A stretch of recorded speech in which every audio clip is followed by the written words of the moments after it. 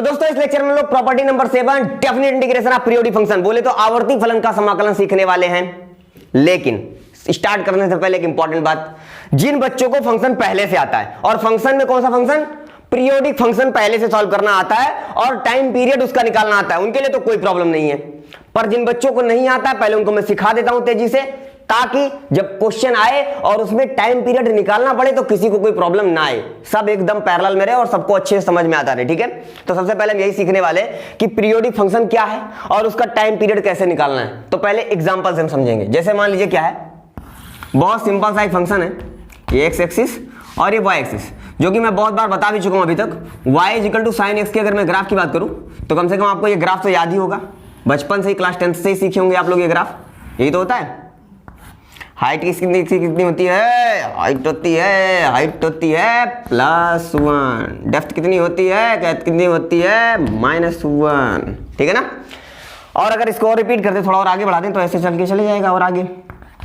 ये सब तो आप पहले से जानते हैं, कोई नई बात नहीं है। अगर ध्यान से आप देखें तो ग्राफ ये 0 होता है अपना, ये पाई होता है, ये 2 पाई, ये 3 पाई और ये 4 पाई होता है। हाँ ठीक है, पीछे कितना आ जाता है -पाई -2 पाई ऐसे करके होता है। तो अगर आप नोटिस करें इत्मीनान से, पीरियोडिक फंक्शन कैसे पहचाना, आवर्ती फलन कैसे पहचाना, अगर आपको ग्राफ सिमेट्रिकल दिख रहा हो, ऐसा लग रहा हो कि कुछ देर बाद वैसे फिर रिपीट हो रहा है, तो बस वही फंक्शन क्या अपना पीरियोडिक फंक्शन है। ये पहचानने का सिंपल सा तरीका जो अपने दिमाग में स्टोर कर लीजिए, काम खत्म। सवाल में कैसे पहचानेंगे वो मेरे पे छोड़ दीजिए, वो तो सिखाएंगे, लेकिन पहले ग्राफ को ध्यान से देख के पहचानना सीख लीजिए। तो अगर आप नोटिस करें तो 0 से लेके 2 पाई के बीच में एक डंबल ऊपर एक डंबल नीचे है। अगर इन दो डंबल को उठाऊं तो एक ऊपर एक नीचे ना, इन दो को उठाऊं यहां से कॉपी करूं और ले जाके आगे पेस्ट कर दूं तो फिर एक डंबल ऊपर एक डंबल नीचे, अरे मतलब जो टुकड़ा ये था वही टुकड़ा फिर मिल गया। इसका मतलब क्या हुआ कि ये एक पार्टिकुलर टुकड़ा है जिसको उठा के मैं अगर ऐसे बगल रखता और आगे बढ़ता चला जाऊं और पीछे भी देखो इस टुकड़े को उठाया और लाके यहां पुट कर दिया तो एक डंबल ऊपर एक डंबल नीचे है कि नहीं है, ऐसे पीछे भी पुट करता चला जाऊं तो हमको पता चल जाएगा, ये पूरा का पूरा फंक्शन का ग्राफ मिल जाएगा। तो यही जो छोटा सा टुकड़ा आपने लिया ना, एक्स एक्सिस पे जो इसकी लेंथ है, जो एक्स अक्ष पे इसकी लंबाई है, यही लंबाई ही क्या कहलाता है, इस फंक्शन का पीरियड कहलाता है, टाइम पीरियड कहलाता है। मतलब अगर इसका मैं टाइम पीरियड पूछूं कितना है, 2 पाई है। हाँ सही है। एक और क्वेश्चन मन में आता है दिमाग में, सोचिए कैसे कि अगर मैं क्या करूं कि यहां से यहां तक का फंक्शन पूरा उठा लूं, 0 से लेके 4 पाई तक का फंक्शन पूरा उठा लूं, तो हमको दिख रहा है क्या, डबल डंबल ले लिया हमने, एक 2 डंबल ऊपर का और 2 डंबल नीचे का लिया है। तो क्या अगर इसको उठा के ऐसे रखूंगा तो भी तो वैसे ही बनेगा। हाँ बनेगा, बिल्कुल सही बात है। मतलब इसका टाइम पीरियड क्या हमारा 4 पाई भी है, 0 से लेके 4 पाई, ये भी तो टाइम पीरियड हुआ ना। हाँ ये भी हुआ, लेकिन टाइम पीरियड हम उसे बोलते हैं जो सबसे छोटा हो। क्लियर है ना। तो ये बात ध्यान रखिएगा कि टाइम पीरियड आपको वही बोलना है जो सबसे छोटा हो। तो 2 पाई अगर आया है तो यहां पे हमको देख रहे हैं, हाँ 2 पाई को अगर हम पेस्ट करते जाए तो इससे छोटा इसका टाइम पीरियड नहीं हो सकता है। लेकिन हाँ 2 पाई से बड़ा 4 पाई भी है, लेकिन वो क्या, वो भी है टाइम पीरियड, उसको रिपीट करने पे हमको ग्राफ मिलेगा, सही है। लेकिन हमको आंसर कौन सा बताना रहेगा, जो सबसे छोटा वाला टुकड़ा रहेगा वो बताना रहेगा। क्लियर है ना। तो यही चीज है। तो सबसे छोटा लंबाई एक्स एक्सिस पे ग्राफ की सबसे छोटी लंबाई जिसको रिपीट करने पे हमें पूरा ग्राफ मिल जाए, वही क्या है, उसका टाइम पीरियड है। और टाइम पीरियड 0 से बड़ा लेना है। तो हमेशा याद ये भी ध्यान रखिएगा कि जो भी आप टाइम पीरियड लिखिएगा वो मिनिमम वाला लीजिएगा, लेकिन वो 0 ना हो, 0 से बड़ा हो। लेना मिनिमम वाला है, 2 पाई लेना है, 4 पाई नहीं लेना है। लेकिन ये भी नहीं कि 0 लेने लग जाओ। क्लियर है।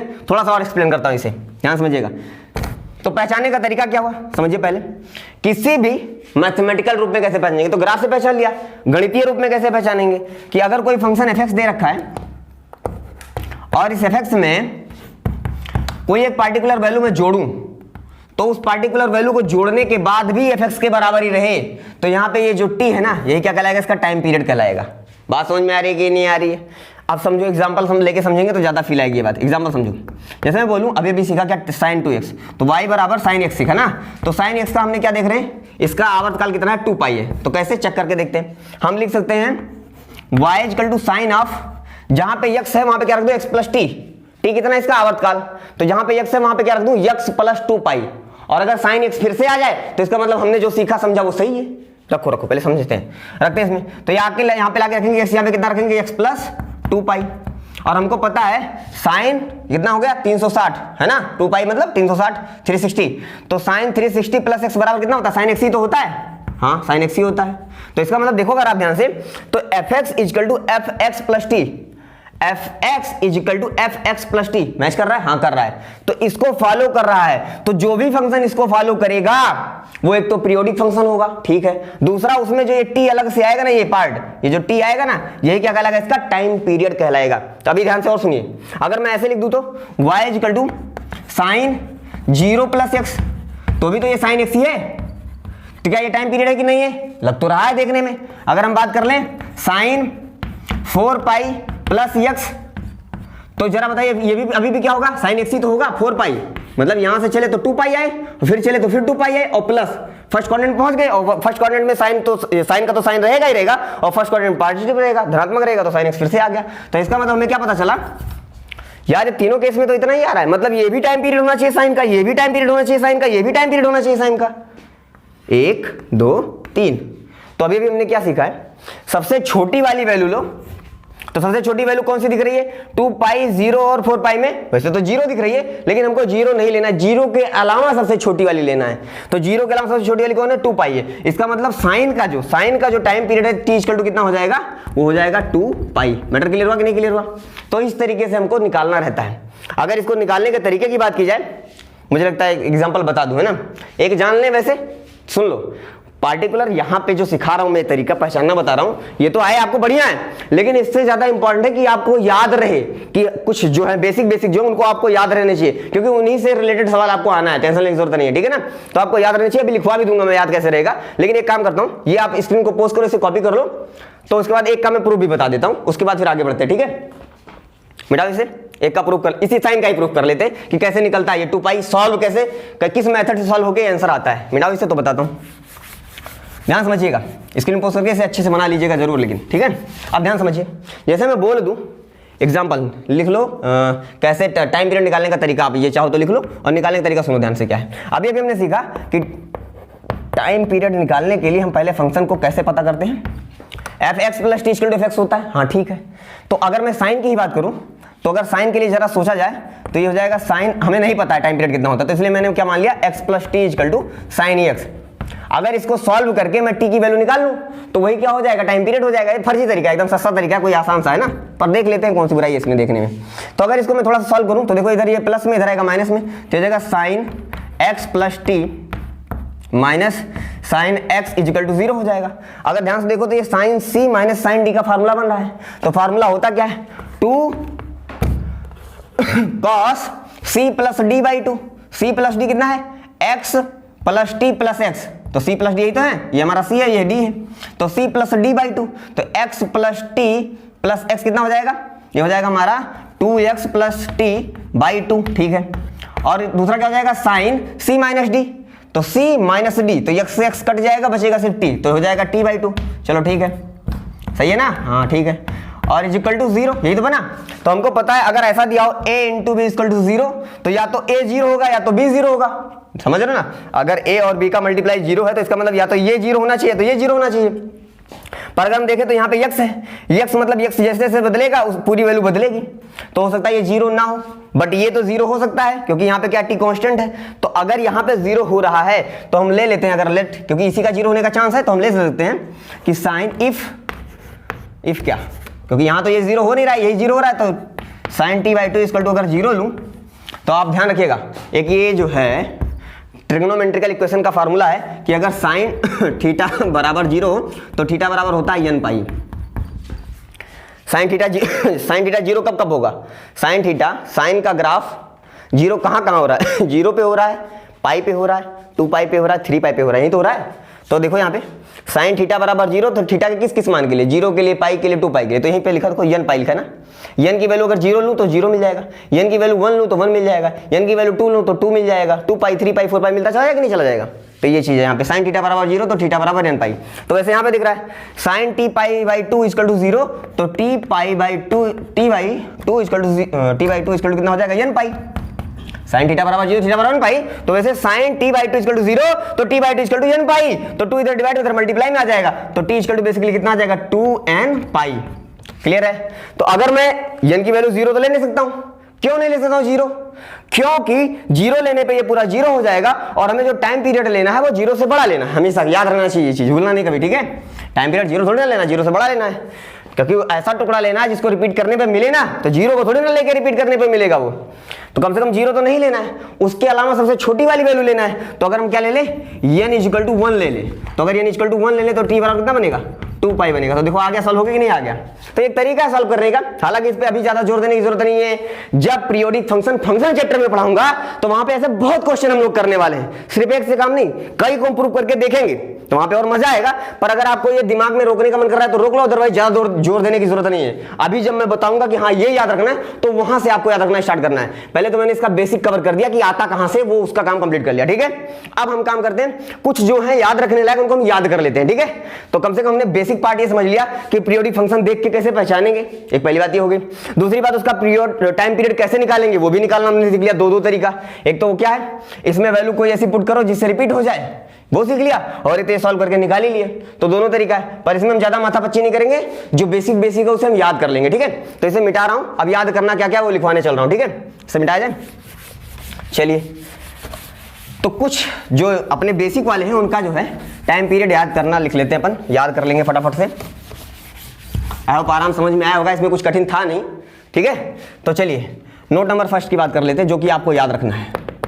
अगर बात की जाए साइन एक्स, ठीक है, cos X, tan X, cot X, sec X, cosec X, इन पहले 6 की बात कर लेते हैं। एक और होता है, वो भी पीरियोडिक होता है, वो होता है फ्रैक्शनल पार्ट ऑफ एक्स, ठीक है ना। इसका भी क्या होता है, पीरियोडिक होता है। अभी ग्राफ सबका मैं फटाफट से बता देता हूं। तो सबसे पहले बात कर लेते हैं साइन एक्स का। ग्राफ दिख रहा है ना, साइन एक्स का ग्राफ ये रहा आपकी स्क्रीन पे। अगर आप यहां पे नोटिस करें तो 0 से 2 पाई के बीच में जो फंक्शन आ रहा है उसी को रिपीट, अभी भी सिखाया भी और सामने भी दिख रहा है। तो 0 से 2 पाई के बीच में जितना पार्ट है उसी को अगर आगे की और पीछे की ओर रिपीट करते चले जाएंगे तो पूरा ग्राफ मिल जाएगा। तो इसका तो हमें क्या पता चल गया कि इसका जो टाइम पीरियड है कितना है, t इक्वल टू 2 पाई। याद रखना है दोस्त। सेम टू सेम अब कॉस का देखो, अब कॉस में क्या दिख रहा है तुम्हें, 0 से लेकर 2 पाई के बीच में, अभी भी देखो तो 0 से लेकर 2 पाई के बीच में जो टुकड़ा दिख रहा है ये, इसी को मैं आगे और पीछे रिपीट कर दूं तो फिर से पूरा फंक्शन मिल जाएगा। इतना से करके खुद ही देख लो ना कि 0 से पाई वाला बीच में लो और इसी को आगे पेस्ट करते चले जाओ, इसी को पीछे पेस्ट करते चले जाओ तो पूरा फंक्शन मिल जाएगा। इसका मतलब फिर से क्या, 0 से 2 पाई के बीच में इसका हो जाएगा। तो अपने को पता चल गया कॉस का भी कितना होगा, t इक्वल टू 2 पाई होगा।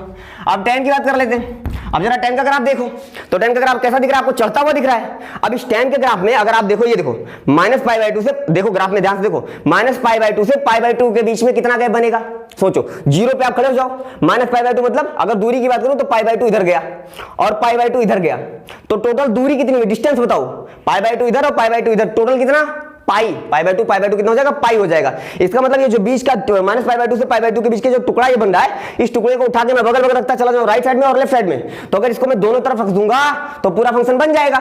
इसका मतलब -π/2 से π/2 के बीच में जो ये पाई का गैप बन रहा है, यही पाई का गैप रिपीट करते चले जाओ तो काम बन जाएगा। इसका मतलब इसका टाइम पीरियड कितना हुआ, इसका टाइम पीरियड हुआ पाई।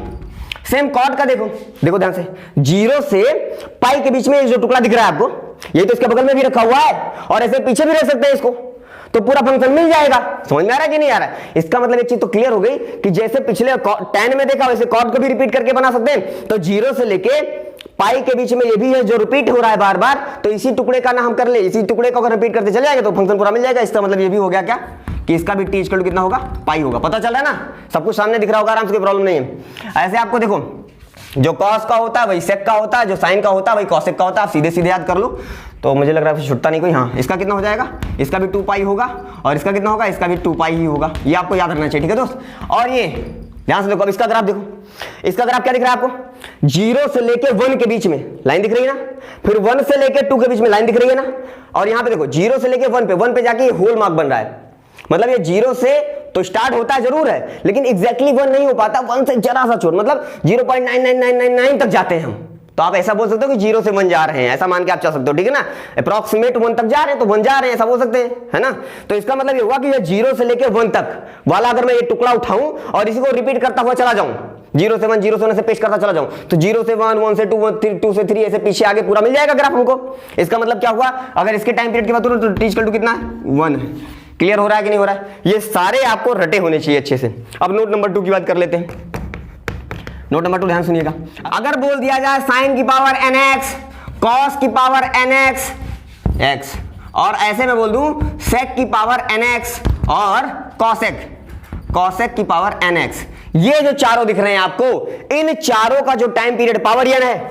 अब ये n इवन भी हो सकता है, ऑड भी हो सकता है, तो इसके लिए हम बात कर लेते हैं। अगर इसमें का n हुआ इवन, n क्या हुआ इवन, तो इसका टाइम पीरियड कितना लिख रहे हैं, ये दिमाग में रोक लेना है आपको। अगर इसका n हुआ इवन तो इसका टाइम पीरियड आपको यूज करना है पाई। क्या यूज करना है, पाई।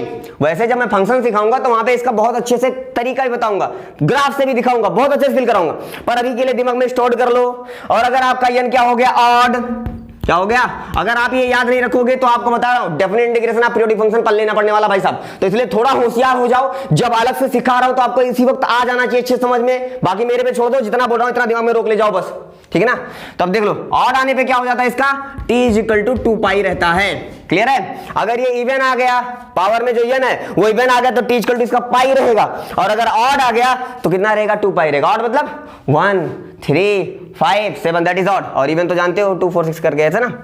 खैर, तो आई होप ये समझ में आ गया अच्छे से, कोई प्रॉब्लम नहीं होनी चाहिए। और बात कर लेते हैं अगर हम, तो इसी का पार्ट अभी क्या हुआ, साइन कॉस कॉसेक हुआ ना। अगर tan की बात कर ले तो tan की पावर n x और cot की पावर nx। अब इसमें चाहे n जो भी हो, फॉर एनी n की कोई भी वैल्यू हो, हमेशा t की वैल्यू कितनी होगी, आपका पाई ही होगा। क्लियर है। तो आपको ये चीज अपने दिमाग में हमेशा के लिए फीड कर लेना है।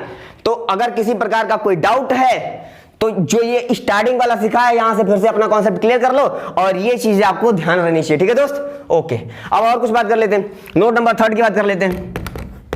ये कुछ चीजें हैं ना जो आप दिमाग में रखोगे तो पीरियोडिक फंक्शन में कतई जरा सा भी प्रॉब्लम नहीं आने। डेफिनेट इंटीग्रेशन जब करने लगोगे आप पीरियोडिक फंक्शन का, तो कहीं एक रत्ती भर भी प्रॉब्लम नहीं आने दूंगा। बस आप इस चीजों को दिमाग में स्टोर कर लीजिए, बस थोड़ी सी है, ज्यादा कुछ खास नहीं। अब और बात कर, यहां से याद करना स्टार्ट करना है। अभी तक जो मैंने पीछे सिखाया वो तो कॉन्सेप्ट था, उसका समझाने के लिए था, आई होप समझ में आ गया होगा। और निकालने का तरीका क्या था, fx = fx + t। अगर आप निकालने के शौकीन हो तो निकाल सकते हो, और नहीं तो जब फंक्शन पढ़ाऊंगा तो वहां पे तो मैं सिखाऊंगा ही, बहुत सारे फंक्शन का टाइम पीरियड निकाल के सिखाऊंगा, तो वहां पे तो सब आ ही जाएगा, आपको टेंशन लेने की जरूरत नहीं है। अब ध्यान सुनिएगा, अगर बात कर लीजिए मॉड वाले फंक्शन की, अगर sin x का मॉड दे दिया जाए या cos x का मॉड दे दिया जाए, सेम टू tan का भी मॉड दे सकता है, इन सब का भी तो टाइम पीरियड आ सकता है निकालने के लिए। tan हो गया, cot हो गया, और क्या हो गया, sec हो गया, और क्या हो गया, cosec हो गया। इन सब का पर मॉड लग जाए और इनका निकालना हो तो आप कैसे निकालोगे, ध्यान सुनो। देखिए sin x का फंक्शन ये रहा, अगर आप ध्यान से देखें तो 0 से पाई के ऊपर, 0 से पाई के बीच में ऊपर है डंबल, और पाई से लेके 2 पाई के बीच में कैसे नीचे है डंबल। तो अगर मॉड लगाने का, तो मॉड लगाने का मतलब क्या हुआ कि सबके सब पॉजिटिव हो जाएं। जो एक्सिस से नीचे डंबल दिख रहे हैं ये कैसे हैं, माइनस में, और जो एक्सिस के ऊपर है डंबल वो प्लस में है। अगर मैं क्या कर रहा हूं, साइन पे मॉड लगा देता हूं, तो इसका मतलब क्या हुआ, जो नीचे के डंबल है वो हट जाने चाहिए, ऊपर आ जाने चाहिए, मतलब वो पॉजिटिव हो जाने चाहिए। तो इसका मतलब क्या करो, जो नीचे का डंबल है उसी को पलट के ऊपर कर दो, ऐसे वहीं से अच्छी के जितने भी नीचे उनको पलट के वैसे ऊपर कर दो, तो कैसा दिख जाएगा। आप ध्यान से देखो, जब इसको पलट के मैंने ऊपर कर दिया तो ऐसा ग्राफ दिखेगा, 0 से पाई, पाई से 2 पाई, 2 पाई से 3 पाई, 3 पाई से 4 पाई, दिख रहा है ना ये। तो ऐसा फंक्शन निकलेगा कि नीचे वाला पलट के ऊपर आ गया, बढ़िया है। तो इससे ये पता चल गया कि अभी तक जो हमारा ग्राफ ऐसा था नीचे ऊपर, वो सिर्फ ऊपर ऊपर हो गया। तो ऊपर ऊपर हो गया तो अब ये हो गया ना हमारा टाइम पीरियड 0 से पाई, फिर अगला वही वाला उठा के पेस्ट करते चले जाओ, 0 से पाई वाला टुकड़ा उठा के पेस्ट करते चले जाओ, तो हमारा पूरा का पूरा मिल जाएगा। इसका मतलब साइन का क्या हो जाएगा, साइन का हो जाएगा t = पाई हो जाएगा। मॉड साइन का हो रहा है, साइन का तो 2 पाई है ही है, लेकिन अगर उसमें मॉड लगा दीजिए तो पाई हो जाएगा। कारण मैंने समझा दिया, ग्राफ दिखा दिया अच्छे से। सेम टू सेम कॉस का देखो, ये रहा कॉस का फंक्शन, आप देख रहे हो इसका एक डंबल ऊपर, एक डंबल नीचे, एक डंबल ऊपर, एक डंबल नीचे, ऐसा दिख रहा है। और अगर मॉड लगा दीजिए तो नीचे का डंबल सारा पलट के ऊपर आ जाना चाहिए, मतलब ऐसा हो जाना चाहिए ग्राफ। समझ में आ रहा है कि नहीं आ रहा है। तो अब इस ग्राफ में आप क्या देख रहे हो, सारे डंबल ऊपर है। इसका मतलब अगर आप कोई भी डंबल आप ध्यान से देखो तो कोई भी डंबल, जहां डंबल स्टार्ट हो रहा है, जहां डंबल खत्म हो रहा है, उसके बीच का गैप कितना है, पाई है। समझ में आ रहा है। देखो -π/2 से π/2 के बीच में कितना गैप है, पाई का गैप है। और ये पाई का गैप उठा के बगल पेस्ट करते चले जाओ तो पूरा ग्राफ मिल जा रहा है। क्लियर है ना मैटर। तो मतलब इसका भी टाइम पीरियड कितना है, पाई है। तो ऐसे ही आपको याद रखना है कि इन सब का टाइम पीरियड कितना होने वाला है, पाई होने वाला है। तो इन सभी का, किसी का बाकी नहीं रहेगा। सभी में जो टी आने वाला है वो कितना आने वाला है, पाई आने वाला है। आपको याद रखना कि मॉड में अगर कोई भी ये ट्रिग्नोमेट्रिकल फंक्शन दिख जाएगा तो उसका अपना टाइम पीरियड कितना होता है, पाई होता है। आपको दोस्त याद रखना है। क्लियर है। चलिए, तो ये 3 पॉइंट थे, इनको आराम से कॉपी करें। तो इसको मिटाऊं फिर आगे बढ़ाऊं, ठीक है। कॉपी कर लिया, करते रहिएगा। लिखने में कोई कोताही नहीं होनी चाहिए, नोट्स अच्छे से बनाते रहेगा। और कोई प्रॉब्लम आएगी तो हर प्रॉब्लम के लिए तो मैं हूं ही ना, सबको सिखाता रहूंगा, कोई प्रॉब्लम नहीं है। चलिए अब अगला नोट नंबर 4 से देखते हैं।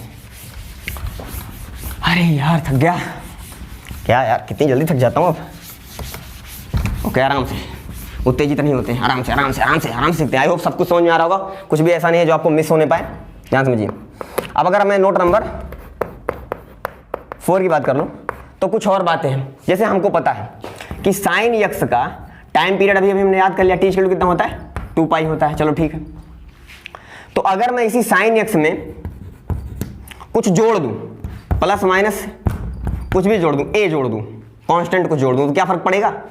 कुछ मैंने या तो जोड़ दूं कुछ या तो घटा दूं कुछ, तो क्या इसके टाइम पीरियड में फर्क पड़ेगा?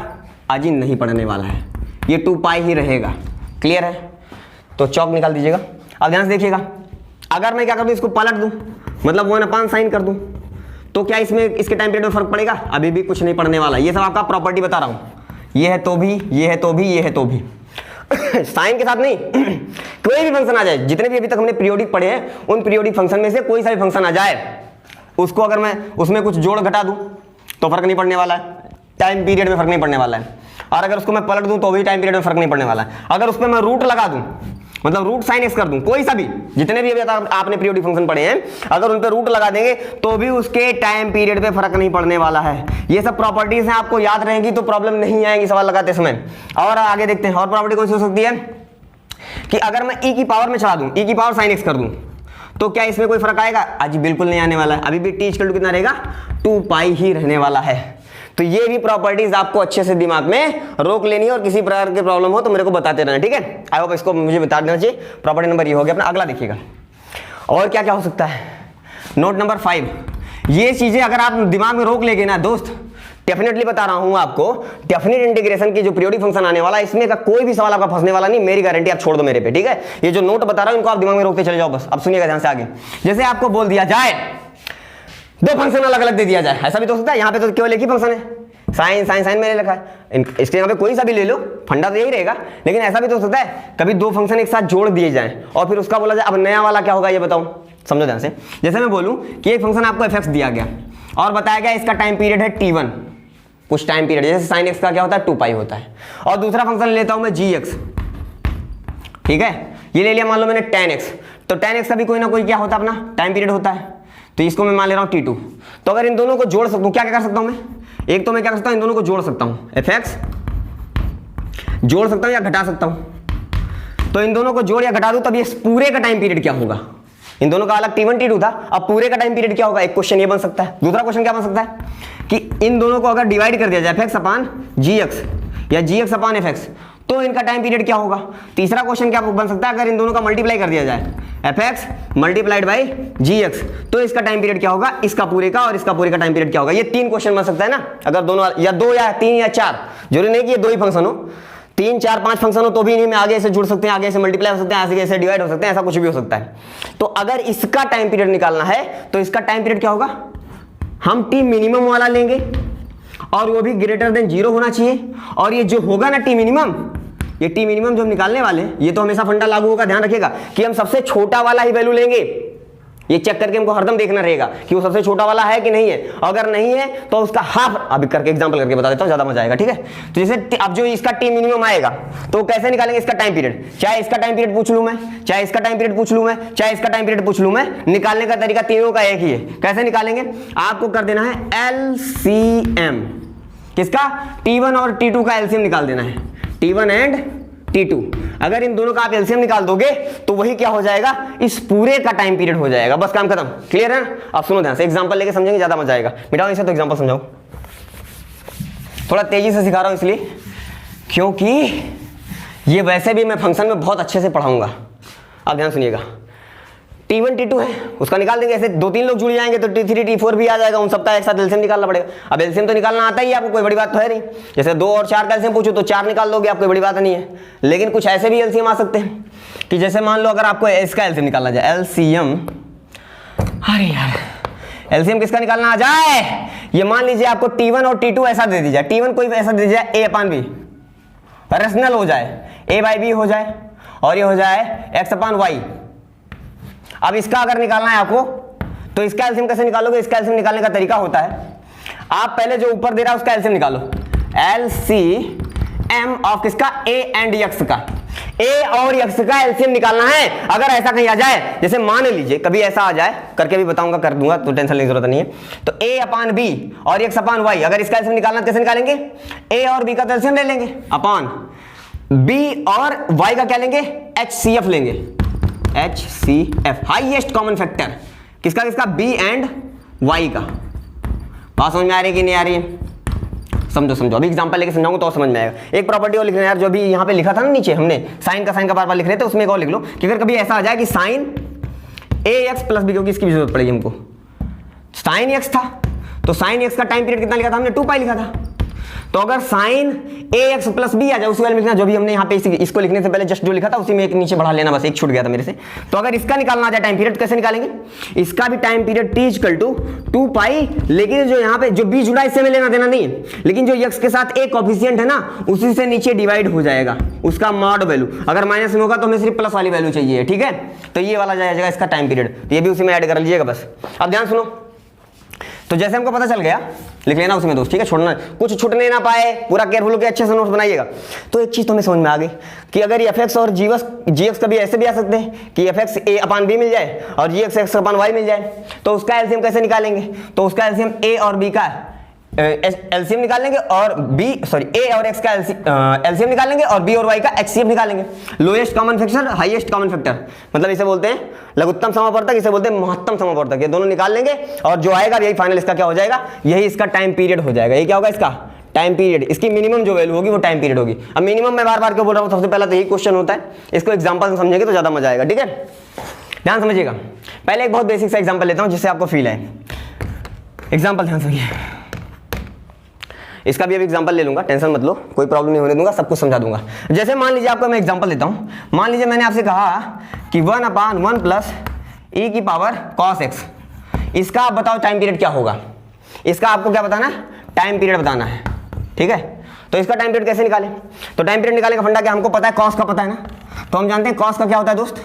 cos x का टाइम पीरियड होता है 2 पाई। हाँ ठीक है, तो अगर मैं cos को e की पावर में चढ़ा दो, अभी भी सिखाया था यहाँ पे जो इसके पहले प्रॉपर्टी लिखी थी वो क्या लिखी थी? अगर किसी भी फंक्शन को e की पावर में चढ़ा दो तो उसमें फर्क नहीं पड़ने वाला, उसके टाइम पीरियड में वही का वही रहेगा। तो अभी भी कितना रहेगा? 2 पाई ही रहेगा। अगर इसमें एक मैं जोड़ भी दूं तो भी यही रहेगा, क्योंकि कुछ जोड़ने और घटाने से इसके टाइम पीरियड में फर्क नहीं पड़ने वाला है। आगे अगर मैं इसको पलट दूं तो 1/1 प्लस e की पावर क्या कर दूं? cos x। मैंने क्या कर दिया? इसके नीचे 1 माना और इसको पलट दिया, तो भी इसके टाइम पीरियड में कोई फर्क पड़ने वाला नहीं है। ये सब हमने सीख लिया। तो अभी भी इसका टाइम पीरियड क्या रहने वाला है? 2 पाई ही रहने वाला। आई होप इस तरीके का अगर कहीं क्वेश्चन आ जाए, इसका इंटीग्रेशन करने के लिए आ जाए, तो टाइम पीरियड आपको मालूम हो जाना चाहिए। ये आपको निकालना पड़ेगा अलग से, और नहीं आ रहा होगा तो फिर लेके क्वेश्चन आप बैठे रहोगे, मैं बोलूंगा इसका टाइम पीरियड ये होता है, या तो तुम मान लोगे भैया, और या तो फिर छोड़ के निकल लोगे। तो इसलिए ये आना चाहिए था आपको, ठीक है ना? इसलिए इतनी देर मैंने मेहनत की है। खैर चलो ठीक है, कोई बात नहीं।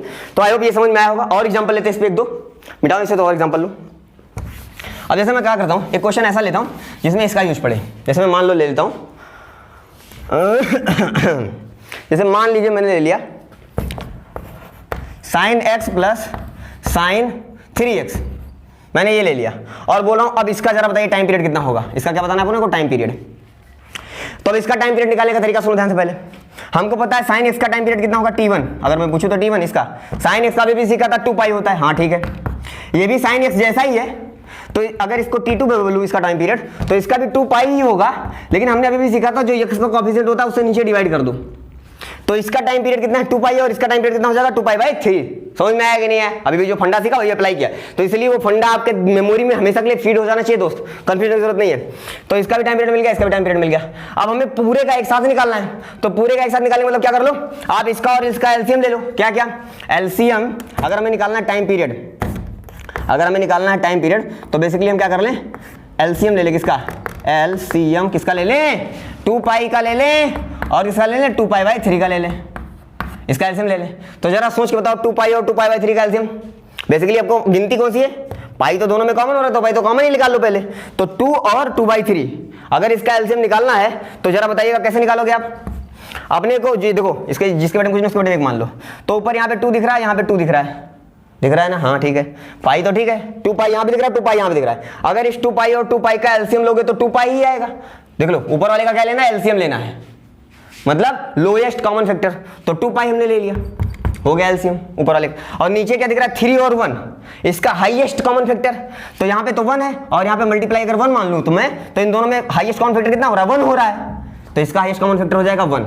तो इसका मतलब अगर इन दोनों को मैं एक साथ ले लूं तो इन दोनों का एक साथ लेने में टाइम पीरियड कितना आएगा हमारा t = 2 पाई आएगा। बल्ले पड़ा कि नहीं पड़ा, सिंपल। तो इस तरीके से अगर ऐसा फंक्शन आ जाए कहीं पे तो उससे भी आप निपट लोगे, कोई प्रॉब्लम नहीं होगी। तब यहाँ पे तो मैंने 2 ही लिखा है, 2 3 4 अगर जोड़ दिया जाए तो भी आपको ऐसे ही आपको सॉल्व करना रहेगा। क्लियर है ना? ऊपर वाले का क्या निकालो लोएस्ट कॉमन फैक्टर, नीचे वाले का निकालो हाईएस्ट कॉमन फैक्टर, उसको डिवाइड कर दो तो वही क्या हो जाएगा, उस पूरे फंक्शन का टाइम पीरियड हो जाएगा। मैटर क्लियर है? पर किंतु परंतु ये आपको ध्यान दिए रहना है कि अब इस 2 पाई को इसमें सेटिस्फाई होगा कि नहीं होगा, रख के तुरंत चेक भी कर लेना। जो दोस्त जब भी टाइम पीरियड निकालो उस टाइम पीरियड को रख के इसमें चेक करो, और एक चीज उसको तो रख के चेक ही करो, उसके साथ साथ उसका आधा भी रख के चेक कर लो, ये भी ध्यान दिए रहना। जैसे 2 पाई है, अब इसमें लाके रखो, तो अगर मैं रखूं इसमें 2 पाई तो ये sine 2 pi plus x, sine x, sine यहां पे लाके रखूंगा तो कितना हो जाएगा, 2 अंदर मल्टीप्लाई होगा तो 6 पाई हो जाएगा, तो साइन 6 पाई प्लस 3x, मतलब साइन x की यहां पे क्या लाके रखूंगा, x यहां पे 2 पाई प्लस x रखूंगा तो 3 अंदर मल्टीप्लाई होगा तो कितना हो जाएगा, 6 पाई प्लस 3x बन जाएगा। जहां पे x है वहां पे हमको क्या रखना रहता है, टाइम पीरियड प्लस x रखना रहता है ना, तो जैसे लाके रखोगा, अरे यार अभी तो सिखाया था fx = f(x + t), तो जहां पे x है वहां पे x + t रखना रहता है, तो x यहां पे x + 2 पाई लिखना है, तो x + 2 पाई लिखेंगे, 3 अंदर भेजेंगे तो 3 दूनी 6 पाई प्लस 3x बन जाएगा, तो साइन 6x प्लस 3x कितना हो जाएगा, फिर से साइन 3x हो जाएगा। तो ये फिर से साइन x बन गया, ये फिर से साइन 3x बन गया, तो फिर से वही बन जा रहा है। हाँ सही है, बिल्कुल परफेक्ट है। हमें तो ये चाहिए ना कि जो यहाँ पे है अगर 2 पाई इसके x में जोड़ू तो भी फिर यही बन जाए, इसका मतलब रिपीट हो गया, 2 पाई के बाद रिपीट हो गया, तो हम सही हैं। समझ में आया कि नहीं आया? लेकिन एक बार उसका आधा भी रख के चेक कर लो, मतलब 2 पाई की जगह पे पाई भी रख के चेक कर लो, तो पाई रखो तो साइन 180 प्लस थीटा माइनस में आ जाएगा, साइन 180 प्लस थीटा बराबर माइनस साइन थीटा हो जाएगा। तो अब कहां, अब तो रिपीट होने का कोई चांस ही नहीं दिख रहा है ना, क्योंकि प्लस में है ऐसे, और अगर मैं पाई इसमें लाकर जोड़ूं तो माइनस हो जाएगा, तो रिपीट नहीं हो सकता है। तो मतलब यही सबसे छोटा वाला, इसीलिए मैंने कहा था ना, क्या बोला था कि t मिनिमम ग्रेटर देन 0 होना चाहिए, तो यही है t मिनिमम, इससे छोटा नहीं होगा। मैं पाई रखने के लिए क्यों कह रहा हूं, क्योंकि हो सकता है क्या पता कभी ऐसा हो जाए कि कोई फंक्शन सॉल्व करो आप और उसमें आप देखो आंसर 2 पाई आ रहा है, और फिर उसके बाद आप आंसर पाई उसमें रख के देखो, उसको भी सेटिस्फाई कर जाए वो, मतलब पाई भी उसका टाइम पीरियड हो, और आपने मिस करके 2 पाई को टाइम पीरियड बोल दिया, तो वो छोटा वाला थोड़ी ना, वो तो बड़ा वाला हो गया ना। तो इसलिए आपको पाई पे भी चेक करके देख लेना चाहिए। जैसे कि एक एग्जांपल लेके बताता हूं, ये आप पहले कॉपी कर लो, एक और एग्जांपल लेता हूं, अच्छे समझ में आ जाएगा। ठीक है, जैसे मान लो मैंने ये ले लिया, आपको एक सिंपल सा एग्जांपल मान लीजिए, जैसे मैंने ले लिया साइन x का मॉड प्लस कॉस x का मॉड। जरा बताइए इस पूरे का जो टाइम पीरियड आएगा वो कितना आएगा। अगर ये क्वेश्चन मार्क कर दिया जाए तो हमको पता है इसका टाइम पीरियड कितना होता है, इसका टाइम पीरियड होता है पाई, हाँ इसका टाइम पीरियड कितना होता है पाई। और अगर इन दोनों का एलसीएम ले लूं, LCM of t1 and t2, तो t1 and t2, LCM of t1 and t2, अगर इस दोनों का एलसीएम ले लूं तो कितना आएगा, पाई और पाई का एलसीएम पाई ही आएगा। तो बेसिकली जो हमारा टाइम पीरियड आने वाला है वो पाई आने वाला है, मतलब इसका टाइम पीरियड जो है वो पाई होना चाहिए। हमने समझ में आया कि सही है, पाई इसका टाइम पीरियड होगा। रख के चेक कर लें क्या, एक बार रख के चलो चेक करते हैं। तो अगर इसमें मैं लगा के रखूं साइन यस, यहाँ पे क्या रखूं पाई प्लस एक्स रखूं, तो देखा पाई प्लस एक्स का मॉड प्लस कॉस, जहां पे एक्स वहां क्या रखूं पाई प्लस एक्स रखूं, पाई प्लस एक्स का मॉड। ठीक है, अब इसको थोड़ा सॉल्व करते हैं। Sine 180 plus x minus sine x और मॉड लगा तो फिर से साइन एक्स हो जाएगा, plus cos 180 plus x, mod लगा है जो माइनस आएगा तो बाहर, लेकिन मॉड लगा तो फिर से कॉस हो जाएगा, क्योंकि मॉड क्या करता है माइनस को खा जाता है। तो ये सही तो है, देखो मैच कर गया कि नहीं कर गया, मतलब पाई प्लस एक्स रखने पे भी ये फिर से वही क्वेश्चन के बराबर आ गया, मतलब रिपीट हो गया तो इसका टाइम पीरियड पाई है, सही है। लेकिन जब ये करने के बाद आपके दिमाग में एक बात ये आना चाहिए कि कहीं ऐसा तो नहीं है कि t = पाई है इसका टाइम पीरियड, तो समझ में आता है, लेकिन पाई/2 भी ना हो इसका टाइम पीरियड, उसका आधा रख के चेक कर लो, जरूर कर लो, नहीं तो वो हो सकता है आपसे छूट जाए और वहां पे भी रिपीट हो रहा हो। तो हमको सबसे छोटा वाला लिखना रहता है ना, तो ये बात ध्यान रखना, गलती नहीं होनी चाहिए दोस्त। ठीक है, एक बार ये भी रख के चेक कर लेते हैं। जहां पे क्या रखा साइन, यहाँ रखा पाई प्लस एक्स रखा है ना, एक बार इसका आधा कर लो, पाई/2 प्लस एक्स रख लो, पाई/2 प्लस एक्स कॉस पाई/2 प्लस एक्स, और पूरे का मॉड लगा लो। ठीक है, रख लिया।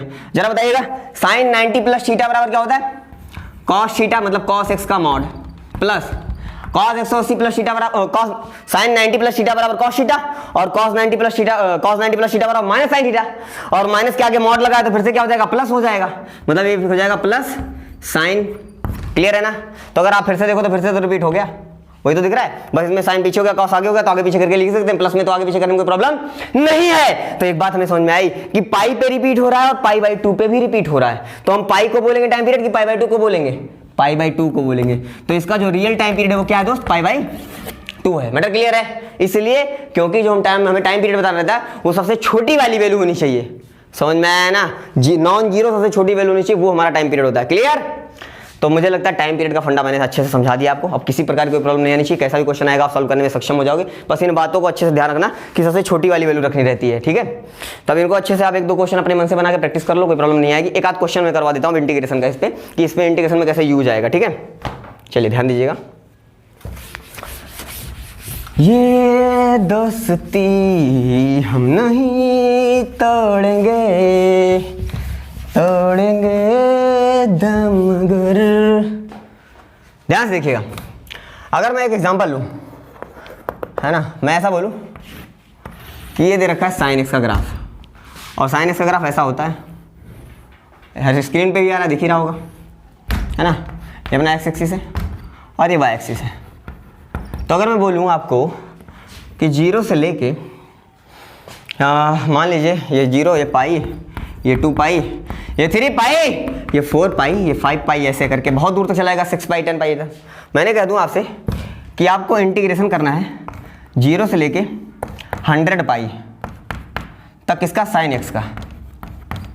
अगर आपको इसका इंटीग्रेट करना है कैसे करोगे, तो 100 पाई तक इंटीग्रेट करने जाओगे तो क्या आ जाएगी, वृद्धावस्था आ जाएगी। तो हम तो एक चीज़ जान ही रहे ना, यही डंबल तो है जो बार बार रिपीट हुआ है। तो हम एक काम ना करें कि एक डंबल की एरिया निकाल लें, और 0 से लेके 100 तक जा रहे हैं, मतलब 100 डंबल ले रहे हैं, तो एक डंबल का निकाल के उसमें 100 से मल्टीप्लाई कर दें। अच्छा, एक डंबल का कैसे निकालेंगे, क्योंकि हमें पता है ये साइन है, क्या है ये, साइन एक्स है, तो साइन एक्स का 0 से पाई में निकाल लो, 0 से पाई में क्या निकाल लो, साइन एक्स का निकाल लो इंटीग्रेशन, तो ये एरिया निकल आएगा, और इसी का क्या कर दो, 100 गुना कर दो, तो ये आ जाएगा। इसका मतलब क्या हुआ कि अगर 0 से 100 पाई तक दे रखा है तो आपने क्या किया, 100 आगे उतार लिया, आवर्तकाल पहले हमने जान लिया कि साइन मॉड साइन एक्स है, सॉरी यार, तो ये जो मॉड साइन एक्स है इसका आवर्तकाल 0 से पाई है, ये पहले हमने निकाल लिया, हमको मालूम ही था, हम तो याद ही कर चुके हैं। अब तो 0 से पाई के एक डंबल के लिए निकाल लिया और उसी का 100 गुना कर दिया, तो हमें 100 डंबल का आ गया। तो बेसिकली हमारा 0 से 100 तक निकल आया, 0 से 100 पाई तक एरिया निकल आई। समझ में आया ना? तो यही हमें आगे सीखना है, यही हमें इंटीग्रेशन करना है आगे, ठीक है? तो किसी प्रकार कोई डाउट नहीं होना चाहिए दोस्त। और एक चीज हमको पता ही है कि 0 से लेके पाई के बीच में डंबल पॉजिटिव ही है ना, देख लो ऊपर डबल पूरा पॉजिटिव है, तो साइन एक्स को मैं ओपन कर सकता हूं। कैसे ओपन कर सकता हूं कि 100 0 से पाई मॉड साइन एक्स को मैं साइन एक्स ही लिख सकता हूं, कोई दिक्कत नहीं है डीएक्स। क्यों? क्योंकि हमको पता है कि 0 से पाई में ये पॉजिटिव है, और अगर 0 से ऊपर है ना तो पॉजिटिव है, पॉजिटिव है तो इसको पॉजिटिव ओपन कर सकते हैं हम, निगेटिव होता तो निगेटिव ओपन करना पड़ता। याद आया मॉड वाला फंक्शन जो मैं सिखाया था, पॉजिटिव हो तो पॉजिटिव ओपन कर दो, निगेटिव हो तो निगेटिव ओपन कर दो, ये फंडा होता है इसका। आई होप समझ में आया होगा। तो फाइनली ये चीज हमने सीख लिया, और इसका तो इंटीग्रेशन करना आपको आता ही है। साइन एक्स का क्या होता है, minus cos x, minus cos x 0 से लेके पाई, लिमिट कहाँ से, इसके आगे साथ में 100 भी मल्टीप्लाई कर दो, और इसके आगे आप कर लो, कोई बड़ी बात नहीं, सॉल्व करना आपको आता है, पर लिमिट लोअर लिमिट पुट करके सॉल्व कर लो, कोई बड़ी बात नहीं।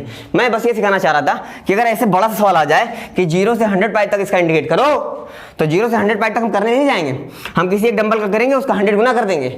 मैटर समझ में आया ना? ये चीज़ मुझे सिखाना था। तो मैंने आपको टाइम पीरियड निकालना सिखा दिया, और उसका कैसे यूज लेना है वो भी मैंने आपको एक बेसिक सा एग्जाम्पल लेके, बहुत छोटा सा एग्जाम्पल लेके सिखा दिया। अब हम लोग अगले लेक्चर में ये प्रॉपर्टी सीखेंगे, पीरियोडिक प्रॉपर्टी सीखेंगे अच्छे से, और इसके कई भाग होते हैं, 3-4 पार्ट में होते हैं, 5 पार्ट में होता है। तो 5 पार्ट पे हम अच्छे से सवाल लगाएंगे, बढ़िया आईआईटी लेवल तक, बोर्ड लेवल से लेकर आईआईटी लेवल तक के जैसे भी क्वेश्चन बनेंगे सारे हम सॉल्व करके देखेंगे, छोटे बड़े सब है ना।